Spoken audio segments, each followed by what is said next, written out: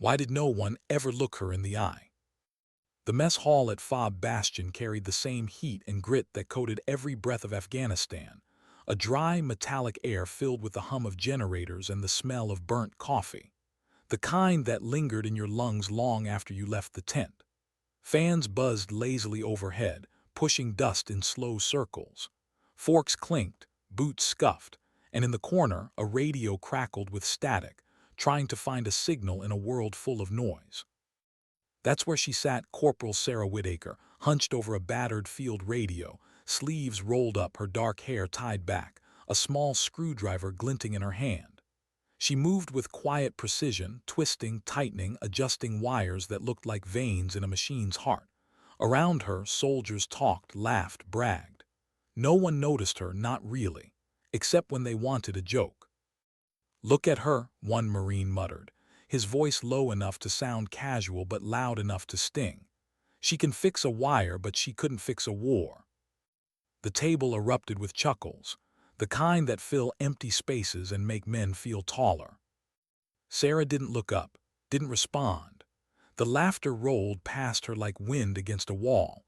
Her focus stayed locked on the radio, on the small universe inside that broken machine. If they only knew what her silence cost her. But they didn't, they weren't supposed to. To most, she was background noise, the cable girl, the quiet one always tinkering with equipment. Her official role was Signal Support Specialist, MOS 25U, the one who kept communications alive when everything else broke. Radios, satellite relays, tactical computers, the things soldiers depended on but never wanted to understand. To the infantry, she was just the tech. To the SOF units that came and went through Bastion, she was the woman in the corner with too many wires and not enough words. None of them asked about the scar on her wrist, a thin, pale line that caught the light when she reached across a table.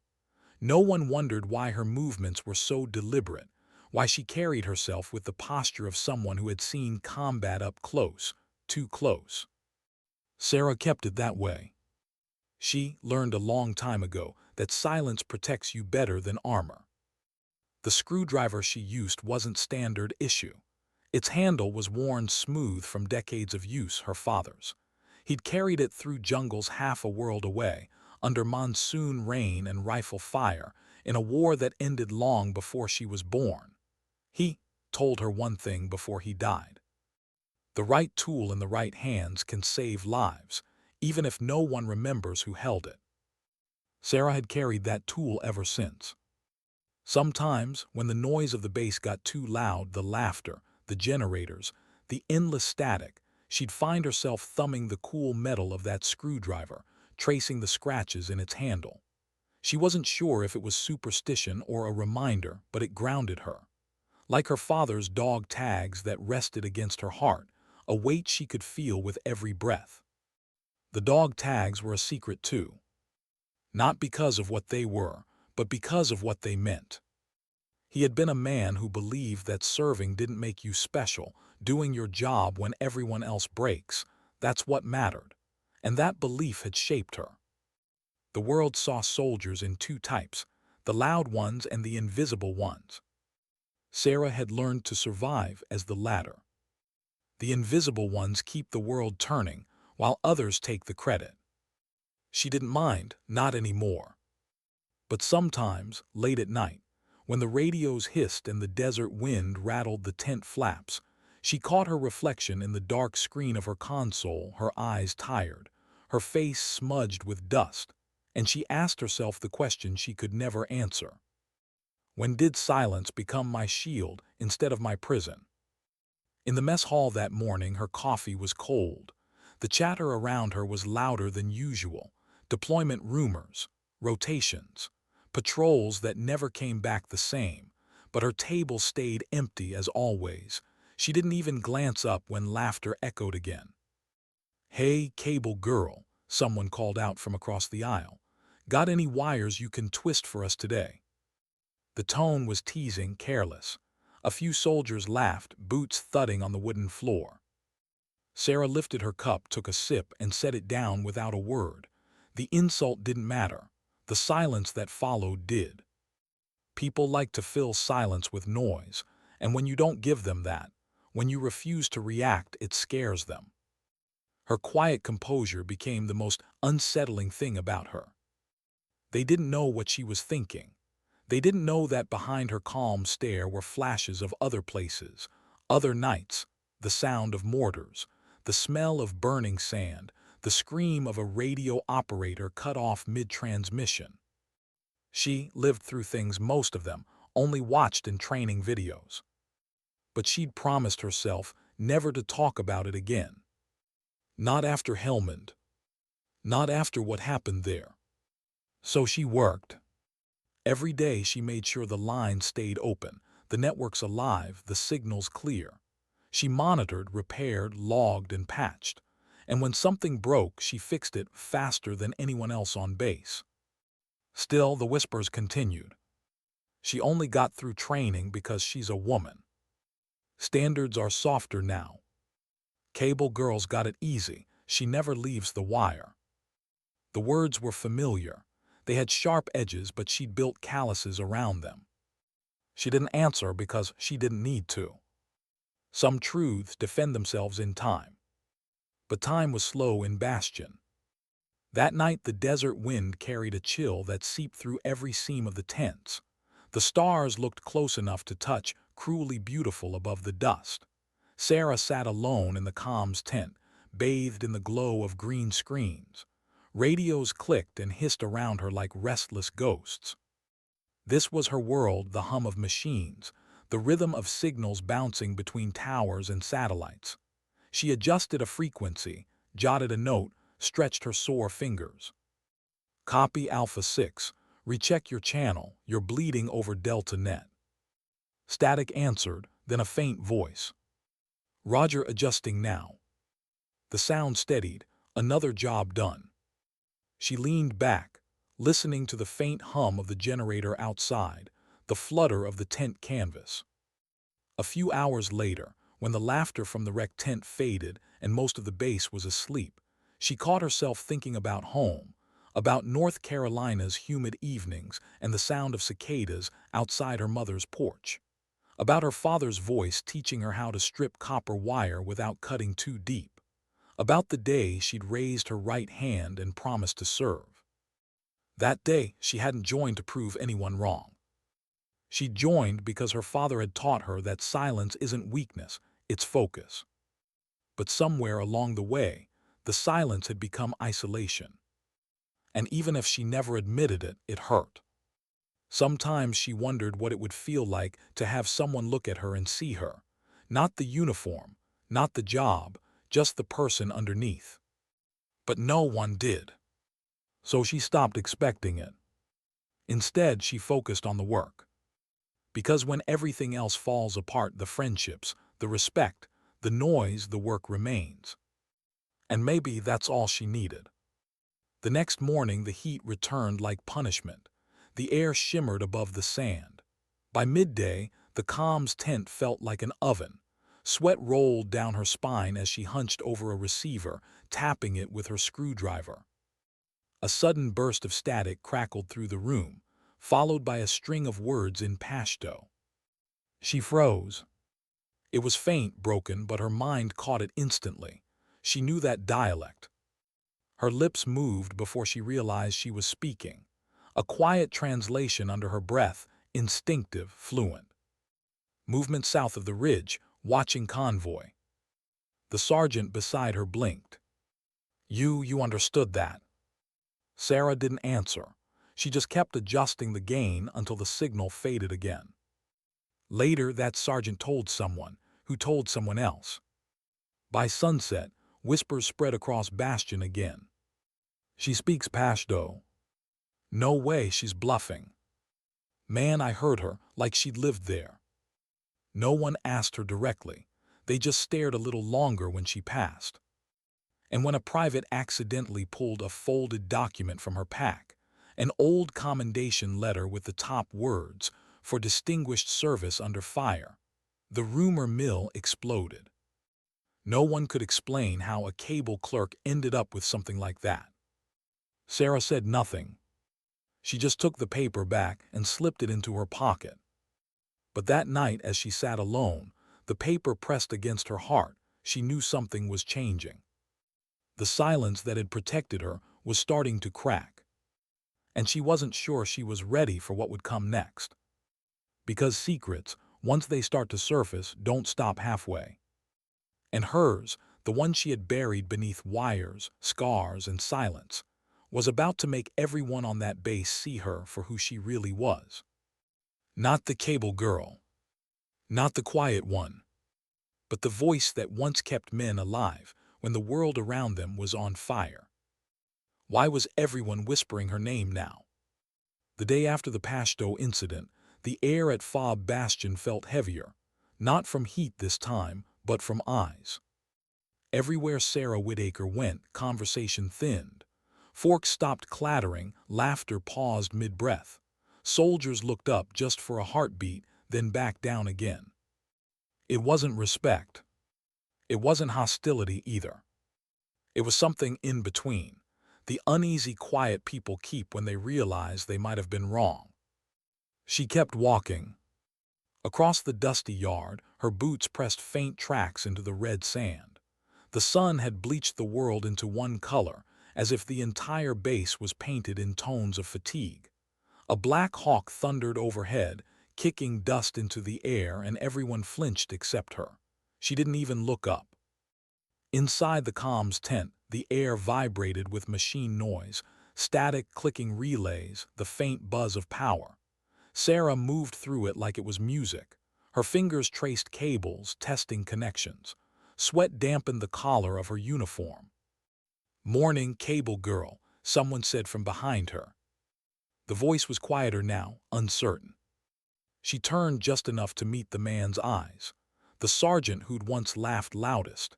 He froze, mouth half open, as if realizing too late that the nickname didn't sound right anymore. Sarah simply nodded and went back to work. The silence that followed was thicker than any insult. By midday, rumors had spread beyond Bastion's walls.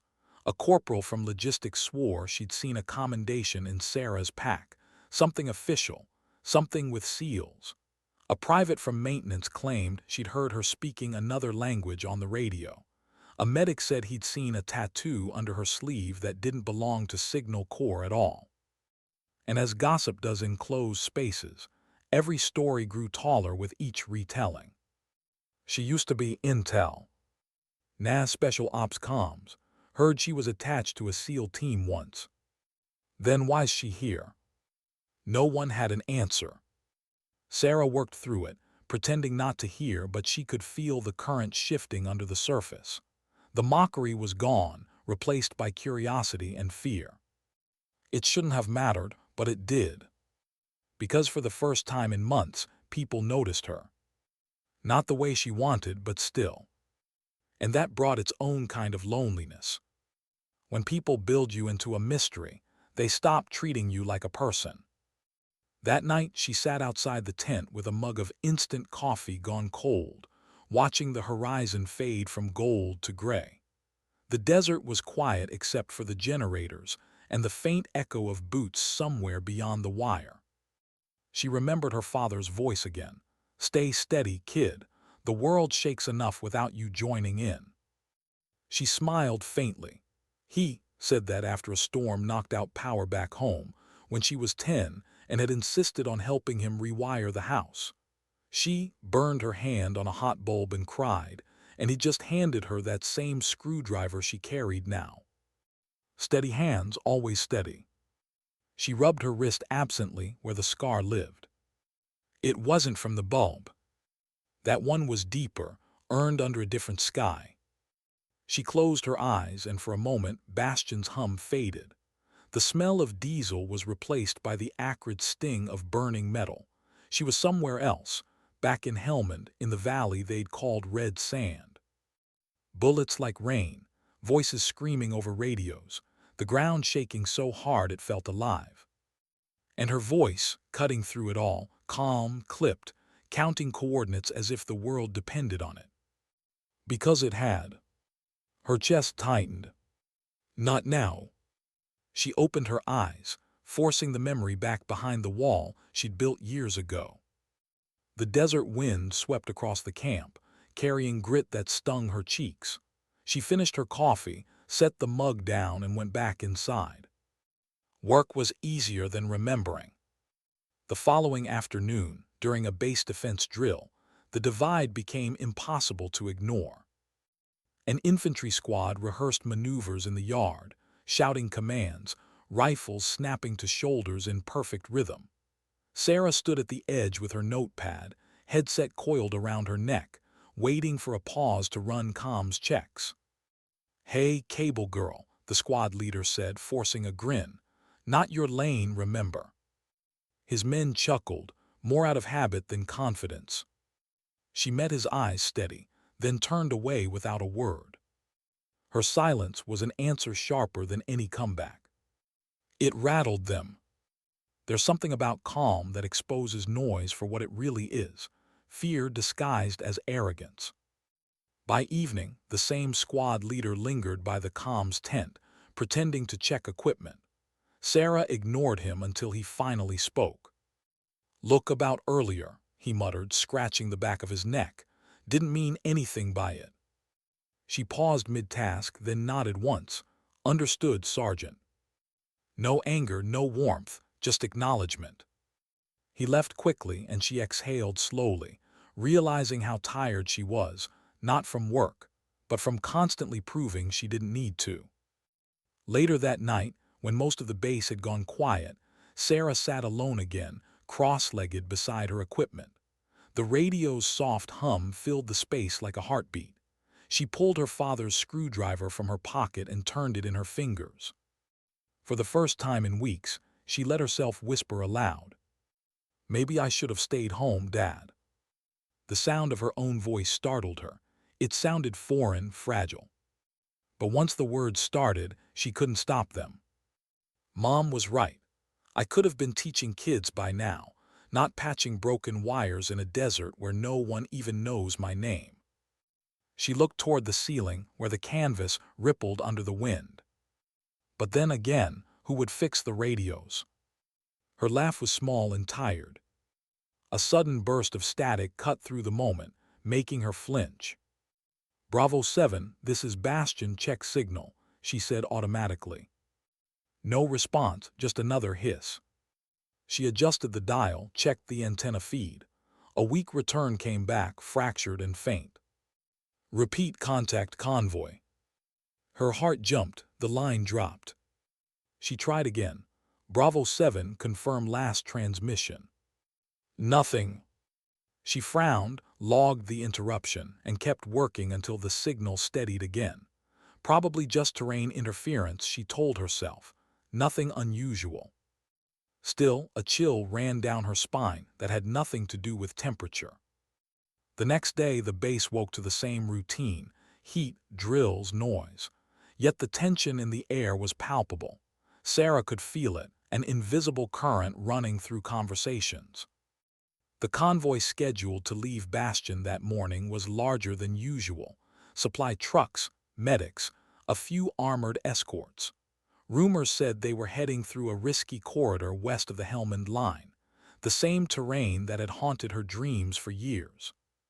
She avoided looking at the route map pinned in the command post.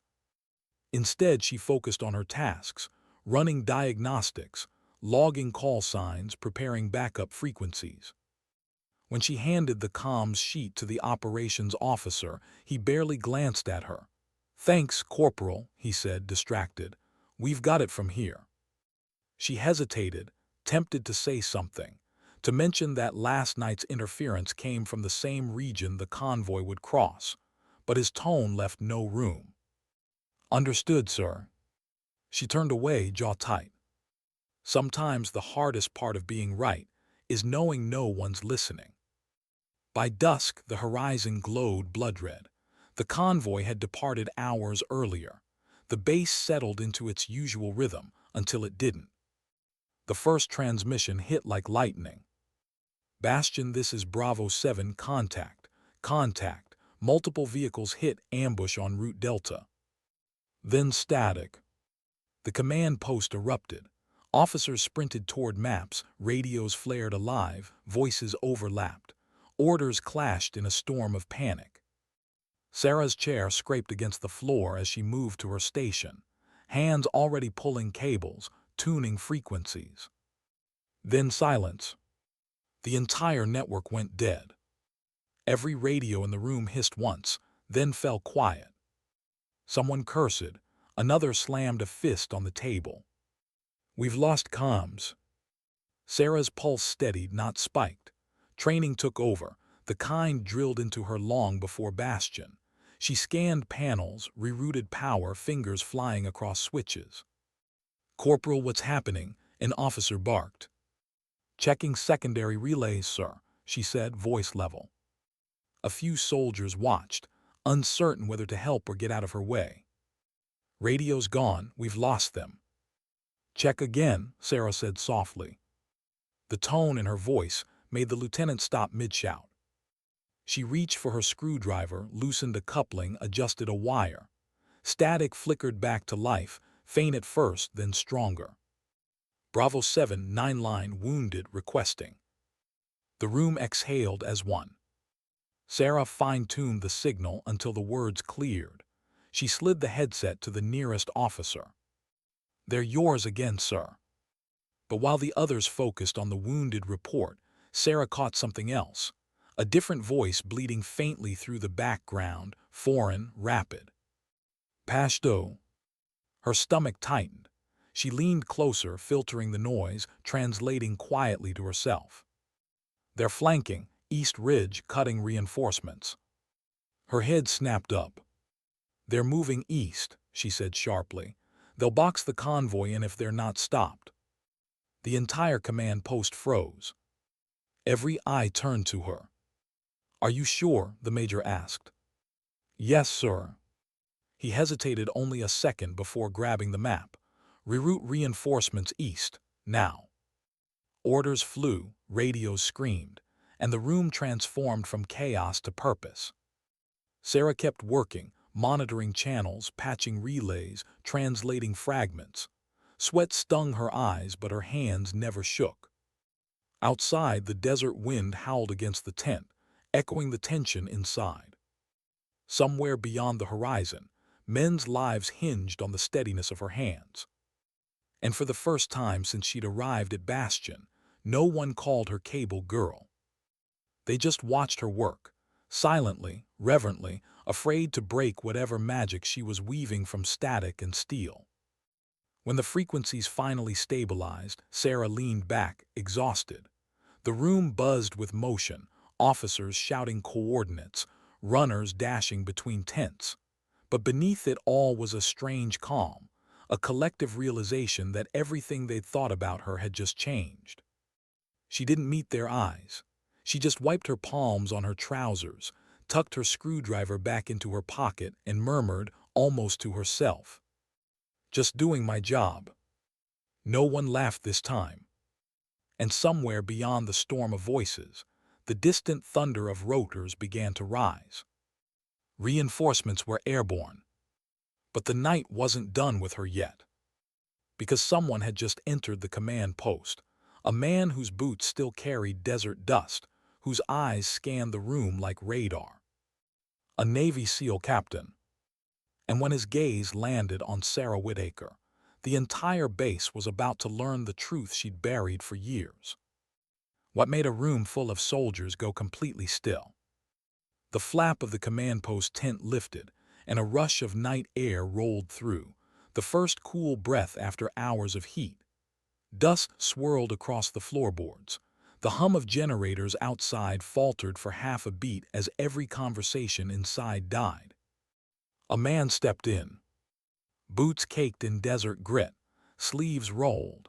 The subdued trident patch on his shoulder told the story before his face did. A Navy SEAL captain. He didn't speak right away. He just scanned the room, eyes like searchlights sweeping past lieutenants and majors, over cluttered maps and trembling radio operators, until they found her. Sarah Whitaker. She was still seated at the console, sleeves pushed to her elbows, fingers hovering over the dials. Her hair stuck to her temple with sweat. The faint tattoo on her forearm, wings split by lightning, caught the glow of a monitor. The captain froze. For a heartbeat, the only sound was static. Then his voice broke the air. "By God, that's Whitaker." The words cut through the room like a bullet. Officers looked up, confused, uncertain. Someone whispered, "Who?" The captain stepped forward. "Everyone stand down." The authority in his tone didn't need rank. It carried memory.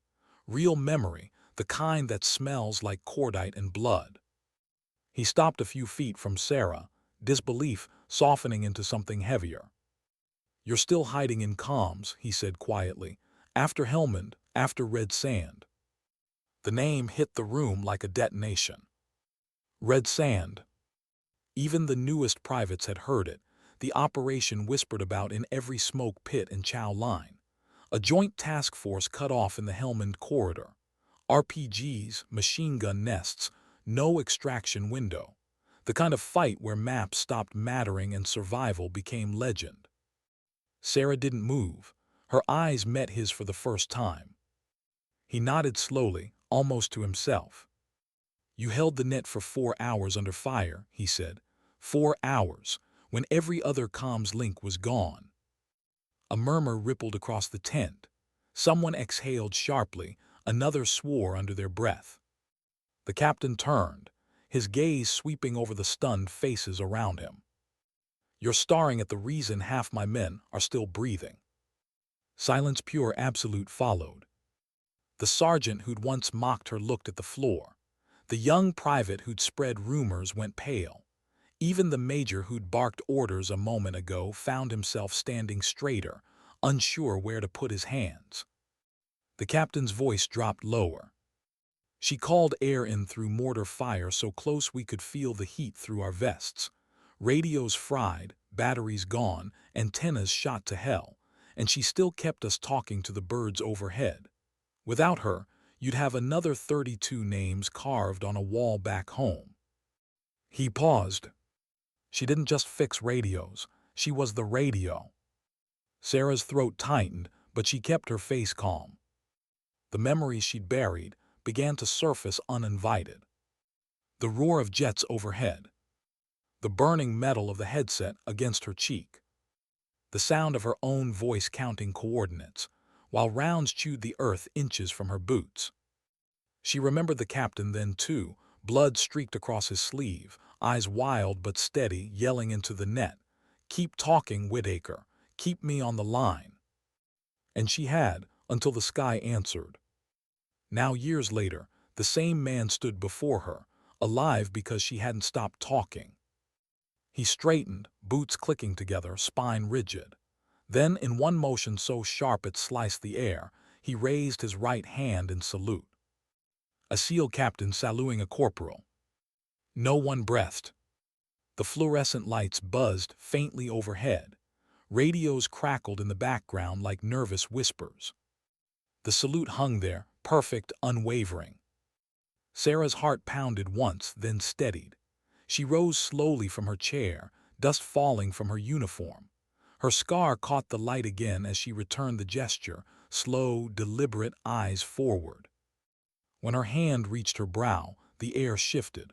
Respect replaced every laugh that had ever filled that tent. The captain dropped his salute, but his gaze stayed locked on hers. "Welcome back, Whitaker," he said softly. No one moved for a long moment. The weight of realization pinned them all. The same woman they dismissed as cable girl had been the lifeline of a mission they still told in hushed tones. Someone finally whispered, "Red Sand, she was there." The captain heard it. He nodded once. She didn't just survive it, she saved it. He looked around the room again, eyes hard now. "You all owe her more than your laughter. You owe her your lives. Because someday, when it's your turn in the dirt and smoke, you'll pray there's another Whitaker on the net." The words landed like rounds. No one replied. They didn't need to. The silence was answer enough. Sarah lowered her hand and sat back down, breathing slowly. Her fingers found the screwdriver in her pocket, the one her father had given her, and held it tight. The metal was cool, grounding. She didn't feel proud, she didn't feel vindicated, only tired. Recognition doesn't heal the years it took to earn it. Still, when she looked up and met the captain's eyes again, something unspoken passed between them. Gratitude, memory, closure. He gave a small nod. "We'll talk after this, Corporal." Then he turned to the officers, voice shifting back to command. "Status on that convoy?" "Stabilized," one replied. "Reinforcements engaged on the East Ridge, just like she called it." The captain exhaled, relief flickering behind his eyes. Then she just saved them again. He faced Sarah once more. "You still listening to ghosts, huh?" She managed the faintest smile. "Someone has to." The captain chuckled under his breath, the sound more respect than amusement. "Carry on," he said finally, and stepped back toward the tent flap. But before he left, he paused, turned to the room and spoke one last time. "From this moment on, when Corporal Whitaker speaks, you listen. Understood?" A chorus of yes sir followed, quiet but sincere. Then he was gone, swallowed by the dark beyond the tent. Inside, the air felt different. Men shuffled awkwardly, unsure what to say. A few nodded at her when she glanced up. Most couldn't meet her eyes. The sergeant from earlier approached, stopped halfway, then simply straightened and gave her a crisp salute of his own. No words, just that. She returned it silent. When he left, she turned back to her console. The radio still needed tuning. The job didn't stop just because the world had changed. As she reached for a dial, the faint reflection in the metal panel showed her own face, dust-streaked, eyes tired but steady. Her father would have said something simple, probably. "Told you the right hands matter." She smiled faintly. "Yeah, Dad, they still do." Hours passed. The chaos outside died down. Reports confirmed the convoy had broken contact, casualties minimal. Reinforcements were returning. One by one, the officers drifted out. Soon only the hum of the equipment remained. Sarah stayed, updating logs, cleaning her tools, restoring order to the tangle of wires. She worked by habit, by rhythm, the only language she truly trusted.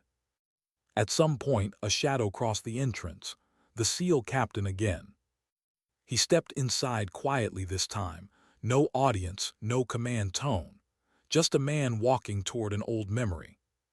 "Couldn't sleep," he said. "Thought I'd check on the person who never does." She gestured to the empty chair across from her. "Still working."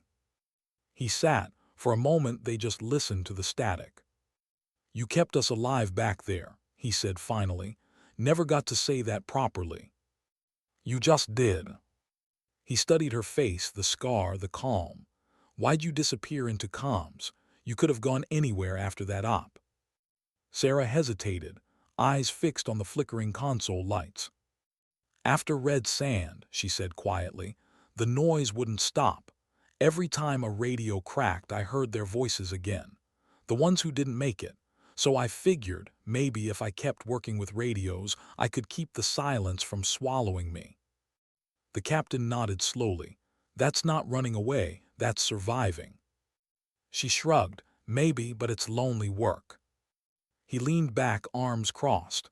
"Respect, a funny thing, Whitaker. It always arrives late to the party, usually after the damage been done." She gave a small, tired laugh. "Story of my life." The captain stood, straightening his sleeves. "For what it's worth, you've still got brothers out there who remember. Every one of us from Red Sand does." He reached into his pocket, pulled out a small patch, faded, frayed around the edges, the insignia of his task force. He set it on her desk. "Keep it," he said. "You earned it more than any of us." Then he left, leaving only the faint smell of dust and diesel behind. Sarah stared at the patch for a long time. The colors were nearly gone, the stitching rough. She brushed a thumb over it, then tucked it beside her father's dog tags. Outside, the desert wind whispered through the seams of the tent like distant static. She closed her eyes, listening. For the first time in years, the sound didn't hurt. It sounded like peace. How quiet can a base full of soldiers get? By sunrise, Fob Bastion had gone still. No shouts, no music from the wrecked tent, no laughter cutting through the dust. Just footsteps, slow, careful, and the mechanical drone of distant rotors.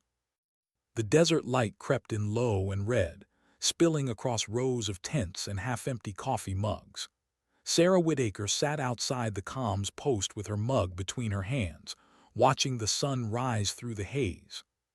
She'd barely slept. Every time she closed her eyes, she saw the captain's salute frozen in the glow of the console lights. The weight of it, the silence that followed, the eyes of every man and woman who'd once laughed at her now filled with disbelief. She hadn't wanted any of it. Recognition felt heavier than ridicule. Now they all knew. The first Marine to walk by that morning slowed when he saw her. He nodded stiffly, the gesture awkward but genuine. She returned it. By the time she finished her coffee, 3 more had done the same. A few days ago, those same men had filled the mess hall with jokes about Cable Girl. Now they passed her in silence, like walking by a memorial. Inside the tent, the rhythm of work continued, radio checks, log entries, line tests, but everything sounded different. Voices carried respect where sarcasm once lived. "Morning, Corporal," a private said softly, handing her a clipboard. "Morning," she replied. The way he said corporal was new, steady, deliberate. And yet it unsettled her. Sarah never wanted to be someone people saluted out of guilt. She just wanted the radios working, the networks alive, the job done. But the moment in that tent last night had rewritten everything. When the SEAL captain's salute swept through Bastion like wildfire, it reached every corner of the camp by morning chow. "You hear about the comms tech?" "Yeah," the SEAL saluted her. "Wait a captain." Whole command post froze, man, just froze. The story grew in retelling. Some said she'd called in airstrikes with a broken radio. Others swore she'd carried wounded out of a firefight. No one had the full truth, but everyone had reverence in their voice when they said her name. Sarah felt it wherever she went. Eyes followed her, but differently now, not mocking, not dismissive. Watching, curious, respectful in a way that almost embarrassed her. In the mess hall, the same table that once echoed with laughter went quiet when she walked by. No one blocked her seat. She sat down, tray clinking softly against metal. The food was cold again, but this time she didn't eat alone. A young private from her comms section slid onto the bench beside her, silent for a long minute before speaking. "I read about Operation Red Sand," he said quietly. "Didn't know you were that Whitaker." Sarah didn't look up, didn't think it mattered. "It does," he said. "You saved a lot of people." She paused, fork midway to her mouth. "So did everyone else there. I just made sure their voices got through." He nodded slowly, then smiled, unsure whether to say more. She gave a faint nod, and that was enough. Across the hall, other soldiers watched. The whispers this time carried something softer. Respect is quieter than gossip. By afternoon, she retreated back to her comfort zone, the comms tent. Her screwdriver clicked softly in her hand, turning the small screws on a relay board, each motion measured calm. She preferred the language of machines. Wires didn't judge. Circuits didn't stare. But even inside her sanctuary, the shift was obvious. When a cable snapped mid-check, 3 soldiers jumped to help. A week ago, they wouldn't have noticed. "Easy," she said, gently motioning them back. "I've got it." They lingered anyway, watching her hands move, steady, confident, practiced. The youngest one spoke. "Ma'am, is it true you were the JTAC in Helmand?" Sarah's fingers paused mid-turn. She didn't look up. "It's true I was there," she said quietly. "That's all." He nodded, understanding the line between curiosity and intrusion. That evening, the SEAL captain returned. The light was fading when he ducked through the tent flap. His shadow stretched long across the floor. "Whitaker," he greeted, voice softer now, more familiar. She stood, nodding once. "Sir." "Relax, not here to make speeches." He smirked faintly, pulling off his cap. "Just checking how the base's new legend is doing." She sighed. "Please don't call me that." "Can't help it. That's what they're calling you out there." "Then they're wasting their breath." The captain chuckled, crossing his arms. "Still humble, good. World's got enough loudmouths." He studied her face a moment, eyes sharp then soft. "You doing all right?" Sarah hesitated. "Honestly, I don't know. Everyone's treating me different now. I'm not sure what to do with that." He nodded. "That's the curse of truth. Once it's out, you don't get to hide behind it anymore." She leaned against the console, arms folded. "I didn't want to hide. I just didn't want to be that person again." He tilted his head. "The one from Helmand. The one people whisper about," she said. "I spent years building something quieter, safer. Now it feels like it's slipping away." He considered her words for a long moment before replying. "Red Sand was hell," he said. "But what you did there wasn't about glory. It was about duty. That's who you are, Whitaker. You don't need to run from that." She looked down at the screwdriver in her hand, the same one that had been with her through everything.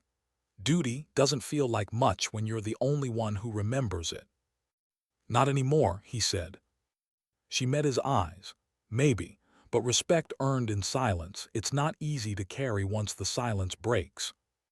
He gave a small nod. "Then carry it quietly, the right people already know." After he left, she stayed long after lights out. The tent glowed faintly from the radio screens. The desert outside hummed with wind. She replayed everything that had happened over the last 24 hours. The laughter that turned into silence, the salute, the captain's words. It all felt unreal, like living someone else's story. Part of her wanted to believe it changed something. That maybe the next woman stationed here wouldn't have to fight twice to be seen once. But another part of her, older, quieter, knew the truth. Respect fades faster than dust in a desert wind. People remember the moment, not the message. Still, she couldn't deny that something inside her had shifted too. For the first time in a long time, she didn't feel invisible. She didn't need their applause, but their silence finally sounded different, no longer dismissal but recognition. 2 days later, she was assigned to assist the same convoy unit she'd saved over the radio. The lieutenant in charge approached her tent, clipboard in hand, eyes humble. "Corporal Whitaker." She nodded, tightening a strap on her pack. "Command wants you monitoring our comms during tomorrow's run. After what happened last time, they don't want any surprises." "Understood." He hesitated. "And it's an honor." Sarah looked up. The sincerity in his tone was almost awkward, like he wasn't used to meaning his words. "Just keep your team sharp," she said. "I'll keep you connected." He grinned. "Deal." When he left, she exhaled slowly. Her reflection caught in the console screen again. She hardly recognized the woman staring back, dusty, scarred, but steadier than she'd ever been. That night before heading to her bunk, she stepped outside the tent. The desert stretched endlessly under the stars, cold, vast, quiet. She pulled her father's dog tags from under her uniform and held them in her hand. The metal was cool against her skin. "I think I finally get it," she whispered. "It's not about who sees you. It's about what you stand for when no one's looking." The wind carried her words away, scattering them across the sand. She tucked the tags back inside her uniform, touched her scar, and smiled faintly. Tomorrow would bring another convoy, another risk, another chance for the radios to fail. And if they did, she'd be there, screwdriver in hand, doing what she always had. Quietly, because dignity doesn't need an audience. It just needs purpose. And for Sarah Whitaker, purpose had always sounded like static, alive, constant, endless. What does courage sound like when it's quiet? The morning before the convoy rolled out, Bastion woke under a sky the color of ash. No sunrise, just pale light struggling through dust. The wind carried the scent of metal and heat, the kind that dries your throat before breakfast. Sarah Whitaker stood beside the armored MRAP, headset slung around her neck, clipboard under her arm. The convoy stretched across the yard like a steel centipede, trucks, medics, gun turrets catching dull light. Soldiers moved in silence, checking tires, loading crates, tightening straps. This wasn't a routine run. Everyone felt it. The last ambush still hung over them like a ghost. Sarah moved through the line, running her checks. Each vehicle's antenna, radio frequency, backup channel. She crouched by one of the trucks, tightening a coupling with her screwdriver. The handle was worn smooth, the same one her father had held decades ago. She caught her reflection in the metal, tired eyes, hair tucked back, a face that didn't belong to the whispers anymore. She was no longer invisible. And yet part of her missed the shadows. "Morning, Corporal," the lieutenant in charge greeted, walking up with a folded map. "Morning, sir." He leaned closer, voice low. "Intel says the last attack wasn't random. Insurgents might have been tracking our comms. You think we're clean?" Sarah wiped her hands on her trousers. "We're clean now. The old encryption keys were compromised. I've replaced them with new frequency-hopping algorithms." He gave a short nod, more respect than skepticism. "I'll take your word for it."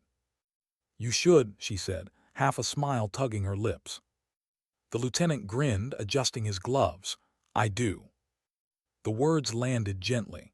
Respect given freely this time, not out of guilt, not from fear, just trust. When the convoy moved out, the dust followed like a storm. Engines roared, tires bit into sand, and radios crackled alive with call signs. "Convoy command, this is Guardian 1, checking in, over." "Copy that, Guardian 1, Sarah replied, her voice calm through the static. "Maintain spacing, frequency Alpha Bravo 2. Her workstation inside the lead vehicle was cramped, cables snaking over her knees, monitors flickering with green light. The desert blurred outside, miles of emptiness, broken only by rocks and whispers of heat. It was familiar, too familiar. Every vibration, every sound of gravel under tires pulled her back years, back to Helmand, back to the day she'd stopped being just a name on a roster. Her hand brushed the scar on her wrist, the one from the shrapnel that cut deep when the radio tower fell, the one that never healed clean. Outside, laughter rose faintly from the gun truck behind them, young voices trying to mask nerves. She recognized it, the same kind of laughter she'd heard the night before Red Sand. She closed her eyes, breathing slow, grounding herself. Not then, now. The present, the mission, the voices counting on her. An hour in, the convoy crossed the first ridge. Static bled faintly through the headset. Sarah adjusted the frequency, tapping the side of the receiver. "Guardian 1, this is Bastion Command, signals fatting on your end. Confirm status." "Copy, Bastion," Sarah replied, adjusting range. A burst of white noise filled her ears, loud, jagged, unnatural.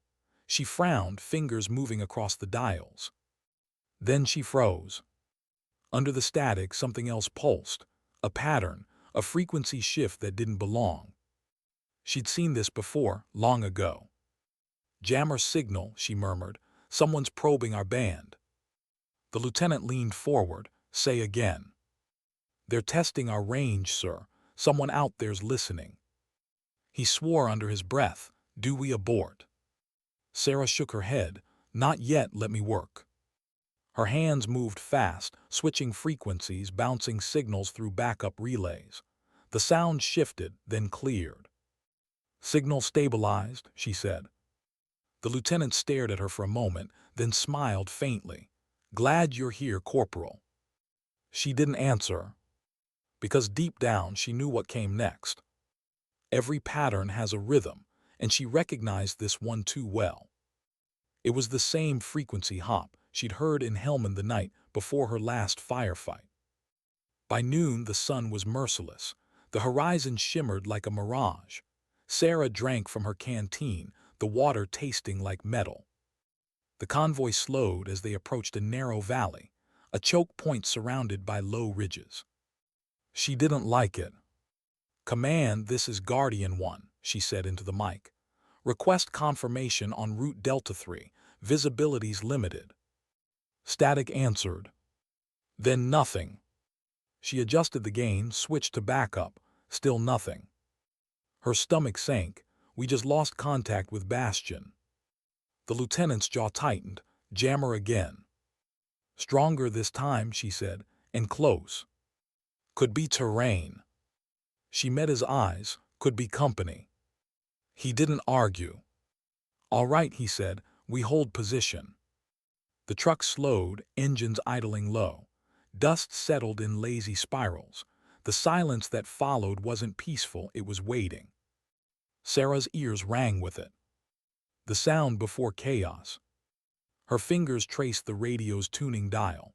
The signal hissed, then broke for half a second, a sharp metallic pulse. That's when she heard it. A voice faint under the static, not English, not random noise. "Pashto." She translated it under her breath. "Wait for the first truck to enter the choke, then fire."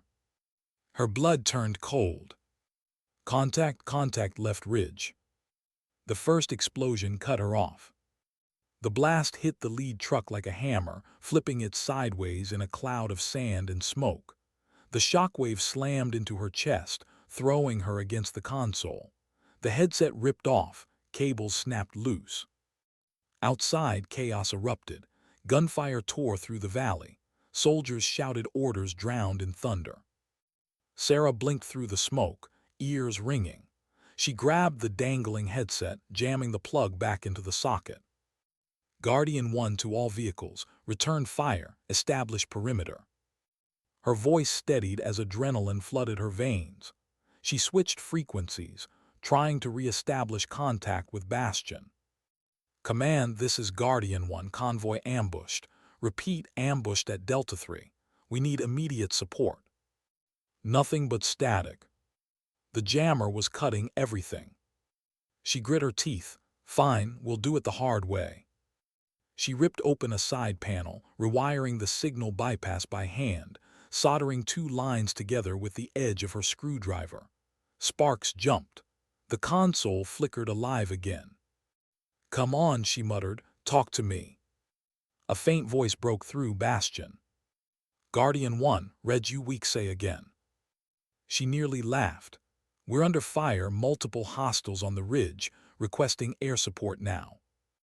"Copy that, Guardian, hold tight, air inbound, ETA 7 minutes. 7 minutes. An eternity in a firefight. She leaned out the side window, the air thick with dust and gunfire. Tracers stitched across the ridge. The lieutenant fired from the doorway, shouting commands. Sarah ducked back, hands trembling only when she wasn't touching metal. She switched the transmitter, tuned to the SEAL team's emergency frequency, one the captain had reauthorized for her before leaving. "Echo 6, this is Whitaker at Guardian 1, requesting grid lock on coordinates 97 by 32. We've got hostiles on the ridge." A pause, then a familiar voice crackled through, calm, deep. "Whitaker, you're out there." Her heart clenched. "Yeah, east of Helmand, feels like old times." "Copy that, air, on standby. Paint the ridge and we'll clear it." She grabbed a handheld laser designator from the gear bag, climbed halfway out of the hatch, and pointed it toward the smoke-shrouded ridge. Bullets hissed overhead. She ducked, breath shaking. "Target painted," she said into the mic. "Mark confirmed." Seconds later, the sky answered. Two jets screamed overhead, engines ripping through the air, and in a blink the ridge exploded in a line of flame. The ground shook. The echoes rolled across the valley like thunder. Then silence again. Only the wind, whistling through the smoke. "Echo 6, she said, voice barely steady. "Good hits. Always are when you're calling them, Whitaker." She smiled faintly. Don't get sentimental, Captain. Wouldn't dare. The line went quiet. By the time the dust settled, the convoy was battered but alive. Medics moved through the smoke, pulling wounded to safety. The lieutenant limped toward her, one hand pressed to a cut on his forehead. "Hell of a job, Corporal." "Just doing my job," she said softly. He grinned through the pain. "Remind me never to doubt you again." She didn't answer. Her hand still shook as she coiled the cables, the smell of smoke clinging to her uniform. When she finally sat back against the wall of the truck, exhaustion hit her all at once. Her ears still rang from the blast. Her scar throbbed where the heat had kissed it. But her heart steady, calm. She'd done this before. And this time she'd save them again. That night when the convoy limped back through Bastion's gates, the camp lights looked different, softer somehow. As she stepped off the truck, soldiers lined the path, dirty, tired, bloodied. But every one of them paused, raising their hands to her in salute. No speeches, no applause, just that simple, wordless gesture. Sarah stopped, eyes wet, returning each one slowly. Respect isn't given, it's earned, often twice. The SEAL captain was waiting near the command post when she approached. "You really don't know how to keep things quiet, do you?" he said with a half-smile. She smirked. "You're the one who taught me to speak up when it counts." He nodded. "And you just reminded them all why silence isn't weakness." She looked back at the convoy, trucks scarred, soldiers alive. "Guess the universe wanted a reminder," she murmured. The captain's voice softened. "Or maybe it wanted proof." "Proof of what?" "That dignity doesn't need to shout to be heard." Sarah smiled, faint but real. And for the first time since Helmand, she felt peace in the noise. What comes after the noise stops. The next morning, Bastion was strangely gentle. No alarms, no gunfire, just the low hum of generators and the shuffle of boots on gravel. The desert sun hadn't fully risen yet, and the air still carried a trace of cool from the night before. Sarah Whitaker sat on the tailgate of an armored truck, hands wrapped around a steaming cup of coffee. The cup trembled slightly in her fingers, though she wasn't sure if it was the caffeine or the echo of yesterday's adrenaline. Around her, the convoy yard was a mess of repair crews and medics. Damaged vehicles lined the edge of the compound like wounded animals. Mechanics crawled under hoods, medics rewrapped bandages, and someone played a low country song from a distant speaker, barely audible over the hum of work. She took a sip. The coffee was awful, burnt like always, but it was warm, and warmth today was a small mercy. Across the yard, soldiers glanced her way as they passed. Not long looks, not the wide-eyed stares of the night before, just nods. Silent acknowledgments, respect that didn't need to announce itself anymore. And in that quiet, Sarah finally let herself breathe. Later, inside the comms tent, she logged the after-action report. Signal interference confirmed. Hostile frequency jam identified. Air support coordinated through secondary uplink. Result: convoy extraction successful. Her typing was methodical, detached, facts only. That's how she kept the emotions at bay, by writing in the language of procedure. But sometimes the truth leaks between the lines. She paused halfway through the report, staring at the blinking cursor. Her reflection stared back from the dark monitor, dust on her cheeks, circles under her eyes, hair pulled tight. The face of someone who'd done this before. Too many times. She reached into her pocket and pulled out her father's screwdriver, turning it in her fingers like a rosary. The metal was cold, grounding. She traced the scratches along its side, remembering his voice. The right tool in the right hands can save lives. It had twice now. Maybe that was enough. But the silence that followed, the quiet hum of radios, the faint whistle of wind through the tent seams, carried another question she didn't want to answer. What about the ones you couldn't save? A soft knock on the frame of the tent snapped her out of the thought. The SEAL captain stepped in, uniform dusty, eyes tired but steady. He carried a folder under one arm and a coffee in the other. "Brought you something," he said. "Don't worry, this one's drinkable." She smiled faintly as he set it on the desk. "That's a high bar around here. Miracles do happen." He handed her the folder. "After-action commendation draft. Command, pushing to attach your name to the convoy citation." She frowned. "I don't need that." He raised an eyebrow. "You deserve it." "I didn't do it for medals, Captain." "I know, that's why you should have it." She looked at the folder but didn't open it. "Every time someone hands me paperwork with my name on it, it feels like I lose another piece of who I was before the noise started." He leaned against the table, studying her. "You think humility means disappearing?" "It's not humility," she said quietly. "It's survival." He nodded slowly, understanding. "Maybe, but the world remembers through names on paper. Sometimes that's the only proof that quiet work mattered." Sarah didn't answer. He pushed the folder closer. "You don't have to sign it now, just don't throw it away." That night the captain found her again, outside the perimeter wall, where the desert stretched endless under 1,000 stars. She was sitting on the edge of a concrete barrier, boots dangling, staring out into the dark. He approached quietly, hands in his pockets. "Thought you'd be in the comms tent." Got tired of static." He smiled faintly. "You, tired of static, didn't think I'd live to see it." She didn't laugh. "It's different now, it's quieter but heavier." He sat beside her. The night was cold, the kind of cold that seeps into bone. "You lost someone out there, didn't you?" he asked gently. Her throat tightened.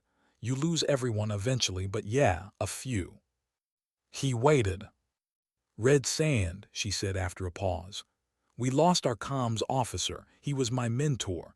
I was supposed to back him up, not replace him." "You didn't replace him, you honored him." "Doesn't feel that way." She rubbed her scar absently. "Every time I pick up a radio, I hear his voice. I think about what I could have done faster, better." The captain looked at her for a long moment. "You know what he'd say if he were here." She shook her head. "You kept them talking. That's all that mattered." Sarah blinked, eyes burning, though she refused to let the tears fall. He continued softly. "You're not haunted by what you did wrong. You're haunted because you cared enough to stay on that line until the end. Most people would have cut it." "Maybe," she whispered, "but sometimes I wonder if the line ever really ended." He glanced at her, puzzled. "I hear them sometimes," she said, eyes distant. "When the radios hum at night, the voices, echoes from old channels. I know it's just interference, but it isn't, is it?" She smiled weakly. "No, it is." They sat in silence for a while, the desert wind carrying faint whispers that might have been memory, might have been ghosts. The next morning she woke before dawn. Habit, years of it. The base was still half asleep. She walked to the comms tent, boots crunching over gravel. The eastern horizon was beginning to glow, pale orange bleeding into gray. Inside, the equipment hummed softly in standby mode. She placed her hand on the radio console, feeling the faint vibration through her palm. It felt alive. Alive because she'd kept it that way. For a moment she allowed herself a small smile, then noticed something sitting on her desk. A folded piece of paper, taped to her logbook, her name written in a scrawl that wasn't hers. She opened it. For the ones who don't speak loud but are heard the farthest. E.S. The captain. She folded the note carefully and slipped it inside her pocket with her father's screwdriver. As the days passed, the base returned to routine. The wounded healed, the vehicles were repaired, and the next mission cycle began. But something invisible had shifted. When Sarah entered a room, voices lowered, not out of fear but respect. When she gave instructions, they followed without question. When she offered quiet advice, even officers listened. Leadership isn't always granted by rank. Sometimes it's built in the quiet hours when no one's watching. She didn't crave authority, but she accepted responsibility. One afternoon during a comms briefing, a young private, barely 20, fumbled with a frequency list, hands shaking. Sarah noticed, stepped beside him and whispered, "Breathe. Try again." He did. The signal came through clear. She smiled. "See, easy." The kid exhaled, relieved. "How do you stay so calm?" She hesitated before answering. "I don't. I just sound like I do." He grinned. "Guess that's enough." It usually is. That night the base was quiet again. No alarms, no chatter, just the slow rhythm of peace, fragile, temporary, but real. Sarah sat alone outside the tent, tracing the faint etching on her screwdriver with her thumb. It was almost worn away now, the letters of her father's initials barely visible. She whispered to the stars, "You were right, Dad. The right tool, the right hands."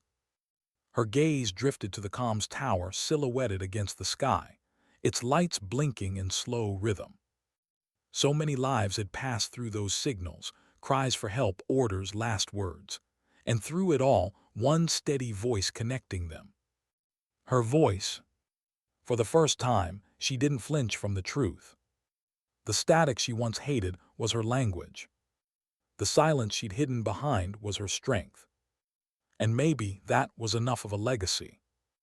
As she rose to leave, she heard faint footsteps behind her. A soldier approached, holding something in his hand, a folded American flag. "Ma'am," he said softly, "from the families of the men from Red Sand. They heard the story again, said you should have this." She stared at it, unsure what to do.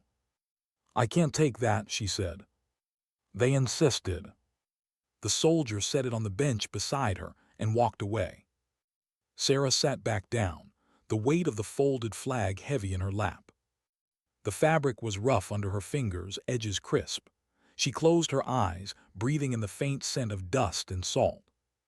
For a moment it wasn't a symbol, it was a promise. And a reminder. Some things you carry so others don't have to. She folded her hands over the flag and whispered, "For the ones who kept me talking."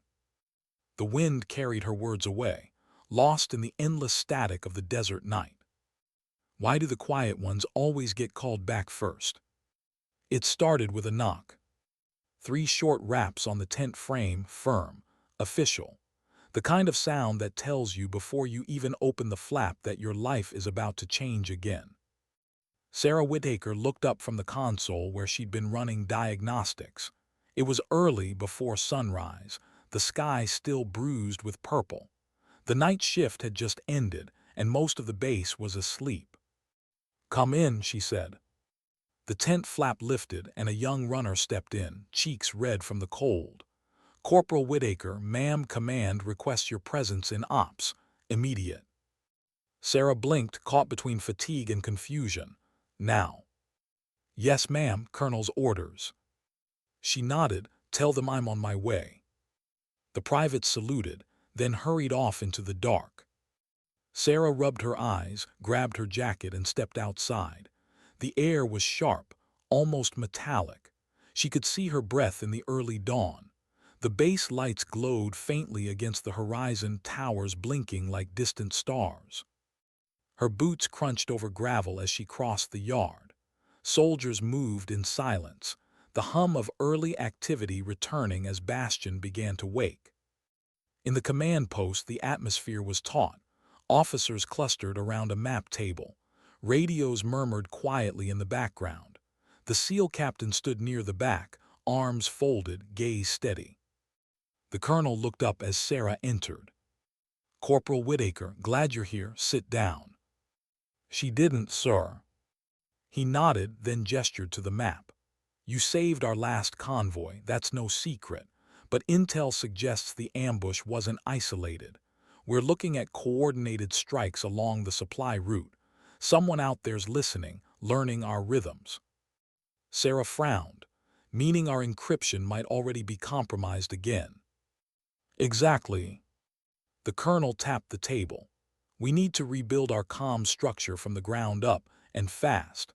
Command has requested a new communications advisor for the task force running these convoys. He paused, eyes meeting hers. They want you. Sarah's first instinct was to refuse. Sir, with respect, I'm not. Yes, the captain interrupted, voice calm but firm. You are. She turned toward him, startled. He continued, you're the only one here who's actually beaten this kind of interference in real time. You've done it twice. You can train others to do it right. Sarah hesitated. I'm a corporal, sir. Advisors don't usually come in at my pay grade. The colonel smiled faintly. That's being handled. Consider it temporary field promotion pending approval. Her throat tightened. Promotions weren't supposed to feel like burdens. Permission to speak freely, she asked. Go ahead.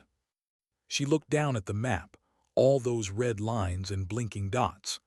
Every time I sit behind a console, someone out there is trusting me with their lives. If I mess this up, if I miss something. The captain stepped closer. Then you'll fix it like you always do.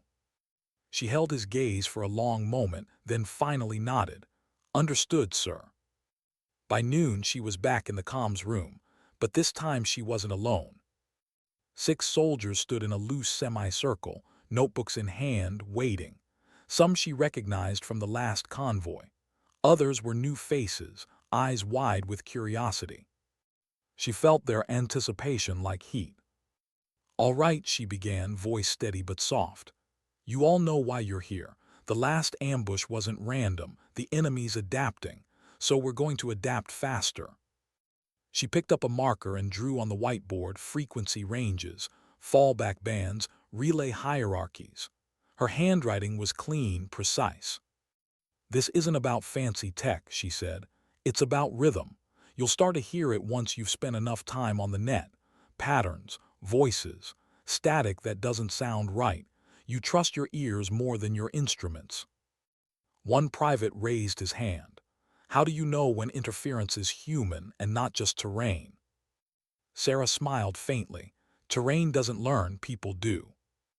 They laughed softly, but there was reverence in the sound. She handed out headset units, watching them fumble with cables. Her hands moved instinctively to help, adjusting knobs, tightening connectors, showing them the difference between signal loss and signal distortion. Her tone was calm, patient, almost motherly. This was the first time she'd ever taught anyone what she knew. For years, she'd guarded her silence like armor. Now she was sharing it piece by piece. And maybe, she thought, that was the real act of courage. That evening, after the training, the captain found her again.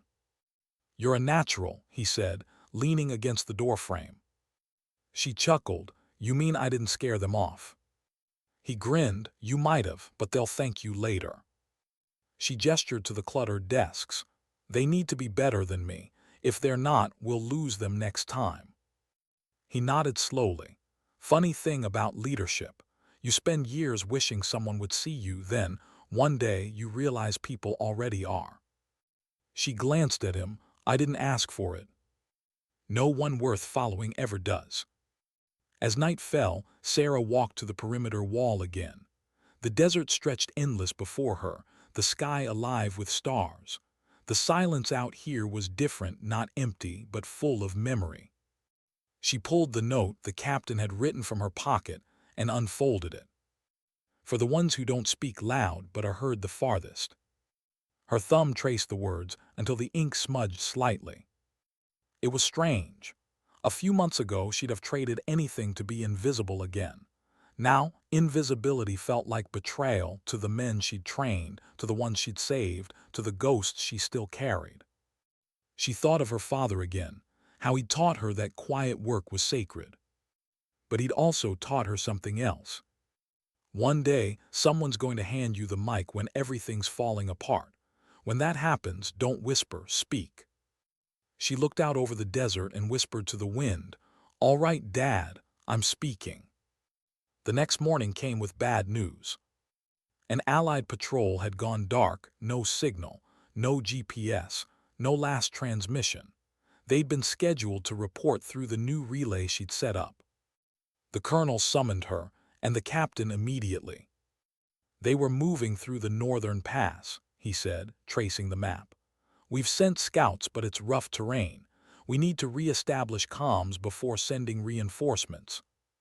Sarah leaned over the map. If their equipment's intact, I can piggyback their frequency using a directional relay, but I'll need to go up the ridge myself. Line of sight's the only way. The colonel frowned. That's exposed terrain. I know. You could coordinate from here. She shook her head. No, sir, I need to hear it directly. Machines lie, static doesn't. The captain smiled faintly. You heard the lady. The colonel sighed. Fine, you've got 1 hour of daylight left. Take a Humvee and a driver, and Whitaker. Sir. Don't make a habit of saving everyone. We're running out of metals. She smirked. I'll settle for coffee instead. By dusk, she and the driver reached the ridge. The climb was brutal, rock, dust, and the faint sting of wind carrying grit into her eyes. She set up the directional antenna, the metal biting cold under her hands. Comms up, she muttered, flipping the switch. The receiver hissed, then crackled with faint static. She adjusted the gain, leaning close, listening. There faintly, like a heartbeat. Mayday, this is Echo 2, pin down coordinates. Her pulse quickened. She turned to the driver. We've got them. Should we call it in? She nodded. Patch me through to Bastion. Bastion, this is Whitaker. I've got Echo 2 alive, transmitting weak from grid 48 by 91, requesting immediate support. Copy Whitaker, reinforcements en route. The driver exhaled. You did it. Sarah didn't answer. She was still listening, because under the Mayday call she heard something else. A second signal, a mimic, same tone, same cadence. A trap. Wait, she whispered. That's not them, that's. The headset erupted in a shriek of feedback, then went dead. The driver flinched. What happened? She yanked the headset off, eyes wide. They're jamming us again. And somewhere in that static under the noise, a single voice whispered in Pashto. Let the helpers come. Sarah froze, staring into the dark valley below. The trap wasn't for the patrol. It was for whoever answered. How many times can you walk into danger before it feels like coming home? The ridge wind howled through broken rock, scattering sand like sparks. The light was dying fast, gold fading into bruised violet, the kind of sky that warned of night and of something worse. Sarah Whitaker crouched beside the comms rig, one hand pressed to the side of her headset. The static had gone from faint to violent. It wasn't just noise anymore, it was deliberate. Somewhere down there, someone was speaking through the storm, twisting her own frequency against her. The driver, Private Ellis, shifted uneasily beside the Humvee. You think it's a trap? She nodded, jaw tight. They cloned our distress signal. They want the rescue team to walk right into it. He swallowed, then we call it off. I'm trying. Her fingers moved across the controls. They're blocking outbound transmission, too strong to break from here. Then we get back down the ridge. No time, she said sharply, then softer. If reinforcements launch blind, they'll drive straight into crossfire. Ellis stared at her. So what do we do?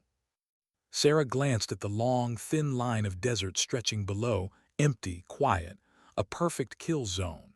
Her pulse slowed, like her body already knew the answer. We cut through the jam manually, she said. That means isolating the relay and spiking the interference from the top of the ridge. That's open ground. I know. He hesitated. Captain'll kill me if I let you go alone. Sarah met his eyes. You won't have to let me. She grabbed her rifle, slung it over her shoulder, and started climbing. The slope was steep, sharp rocks, loose dirt, the kind that slides out from under your boots if you breathe too hard. Her breath fogged in the cooling air. The horizon glowed faintly red as the sun bled out behind the dunes. Halfway up, she stopped to catch her breath and looked back. The Humvee below looked small, fragile. Ellis watched her through binoculars, a nervous silhouette against the sky. She gave him a thumbs up and kept climbing. When she reached the ridge crest, the world widened, a panorama of emptiness and silence. But in the stillness, something moved. A flicker of reflection far below, glass catching the last light. A scope. She dropped flat instinctively. The shot cracked a heartbeat later. The round skipped off a rock inches from her shoulder. "Contact," she hissed into the mic. No reply, the radio still choked with noise. Another shot, then another, both wide. They were warning shots, they wanted her pinned. Her mind ran through possibilities, 2 snipers, maybe 3. Limited line of sight from below. If she moved fast, she could still reach the antenna mast at the ridge top. She crawled through the gravel, every inch a battle between instinct and duty. The static in her earpiece pulsed like a heartbeat, alive, insistent. When she reached the relay tower, she yanked open the maintenance panel and stared at the tangle of wires. Sparks danced as bullets struck the ground nearby. "Come on, come on." She twisted her father's screwdriver in trembling hands, slicing through one of the primary feeds and rerouting the connection. Sparks burned her knuckles, the smell of ozone filling the air. The static screamed, then clarity. "Guardian 1, this is Bastion. Say again, Whitaker. We're reading interference spike on your end." Her voice came out hoarse, breathless. "It's a trap, sir. The distress signal's fake. I've got visual confirmation of enemy activity. Redirect reinforcements to safe grid. Copy, safe grid." "Copy, Whitaker, confirming reroute. Are you compromised?" She looked over her shoulder. The desert below flickered with muzzle flashes. "Not yet. Hold position. We're sending air cover." "Negative," she interrupted. "They'll see the flares, they'll scatter. Let me finish this." Silence on the line, then the colonel's voice softer. "Do what you have to, Corporal. We're listening." That last line hit harder than the bullets. "We're listening." She smiled faintly. "Copy that, sir." She worked fast, bypassing, looping, burning through the last of her power reserves. Each spark lit her face in flashes of white and orange. The air smelled of hot metal and blood. When the connection stabilized, she keyed the final relay and opened a wideband transmission. "All units, this is Corporal Sarah Whitaker, forward relay Bastion Ridge. Disregard distress beacon Echo 2. Repeat, it's a decoy. Enemy ambush grid 91 by 48. Do not advance." Her voice cut clean through the static, calm, resolute, absolute. Down in the valley, movement rippled, insurgents scrambling, realizing they'd been exposed. Gunfire intensified. Then came the dull roar of engines. Ellis had driven the Humvee up the slope, turret gun blazing in short, controlled bursts. "You said not to let you go alone," he shouted through the mic. "Nice of you to ignore orders," she replied. "Learn from the best." She laughed, one sharp, breathless sound, before another bullet snapped past her ear. "Ellis, stay low." He ducked behind the vehicle. "We're pinned." "Not for long," she said, and reached for the flare gun clipped to her vest. She aimed high into the darkening sky and fired. The red streak arced upward, exploding in a bloom of light. Seconds later, the sound arrived. Jet engines, low, fast, familiar. "This is Echo 6. Got your mark, Whitaker. We're on it." She dropped to her knees, covering her head as the ridge below erupted in fire. 2 precision strikes, clean, surgical, devastating. The explosions rolled through the valley like thunder from a forgotten god. When the echo faded, the night went still again. Only wind, only heartbeat, only the quiet hum of survival. By the time the rescue convoy reached them, the air smelled of smoke and victory. Sarah sat beside the ruined relay, blood trickling down her temple from a grazing wound, eyes half closed but alert. Ellis hovered nearby, pale but grinning. "You okay?" he asked. She nodded weakly. "I've had worse first dates." He laughed, relief shaking through him. "You just saved half the task force, you know that." "Not me," she murmured. "The signal did." When the medics tried to lift her onto a stretcher, she waved them off. "I'm fine, help him first." "Ma'am, you're bleeding." "I said help him." They obeyed. She sat in the dirt, staring out at the valley below, blackened, silent, empty. The same valley that had nearly swallowed her alive an hour ago. Her fingers brushed her screwdriver again, now bent, scorched, its handle cracked. A piece of it flaked off in her hand. She smiled at the broken tool. "Guess that's retirement." Hours later, back at Bastion, the command tent was filled with subdued celebration. Not loud, soldiers too tired to cheer, just quiet pride. The colonel debriefed her personally, eyes heavy with gratitude. "You saved them, Whitaker, again." She shook her head. "No, sir, we just listened better this time." He chuckled softly. "You ever think about taking a commission?" She smiled. "Not built for speeches, sir." "Then keep doing what you do. The kind of leadership you've got can't be trained." When he dismissed her, she walked out into the cool night. The SEAL captain waited by the fence line, arms crossed, eyes soft. "You always had a thing for impossible rescues," he said. "Bad habit," she replied. "Good one, I'd say." He studied her for a moment. What'd it feel like up there?